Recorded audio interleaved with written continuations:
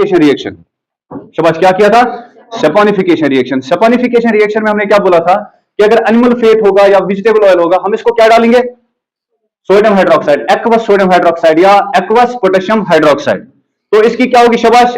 Alkaline hydrolysis, है ना? क्या होगी? Alkaline hydrolysis. और वहां पर क्या बनता है? सोप। और क्या बनता है? ग्लिसरीन है, ग्लाइसरॉल भी बोलते हैं।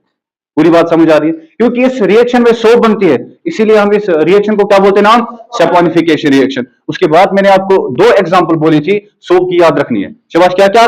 Sodium citrate, sodium palmitate. याद है ये किस फैटी एसिड से बना होगा? In this universe, there are only two things: matter and radiation. Radiation का मतलब होता है एनर्जी। यूनिवर्स जो है वो दो चीजों की बनी होती है, या तो मैटर से बनती है या फिर एनर्जी। अब फिजिक्स में हम मैटर पढ़ते हैं कि एनर्जी? फिजिक्स में हम क्या चीज पढ़ते हैं? हम दोनों पढ़ते हैं, मैटर भी, एनर्जी भी। थोड़ा सा इसमें और केमिस्ट्री में डिफरेंस है। फिजिक्स में मैटर और इसकी इंटरेक्शन विद इट्स सराउंडिंग पढ़ी जाती है। कोई भी मैटर जो है अपनी सराउंडिंग में इसका क्या इंटरेक्शन है, या एनर्जी के साथ किस तरह का इंटरेक्शन है, ये फिजिक्स में पढ़ते हैं।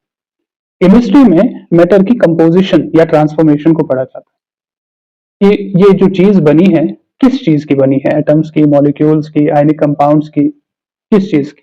और इसमें जो डिफरेंट चेंज आती हैं वो चेंज क्या है? ट्रांसफॉर्मेशन। तो फिजिक्स में मैटर और एनर्जी को पढ़ा जाता है एंड देयर इंटरेक्शन। केमिस्ट्री में हम क्या पढ़ते हैं? मैटर की कंपोजिशन और ट्रांसफॉर्मेशन। लेकिन एक चीज बतानी, अगर किसी चीज में मास है,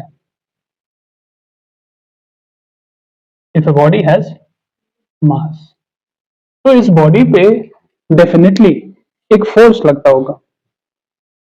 उस फोर्स को हम बोलते हैं ग्रेविटी या ग्रेविटेशन। पढ़ा है आपने क्लास 9th में। क्या पढ़ा है? Gravity, gravitational force. अगर किसी चीज में मास है, इफ समथिंग हैज मास, तो उस पर जरूरी कौन सा फोर्स लगता है? ग्रेविटी। सो ग्रेविटी किसी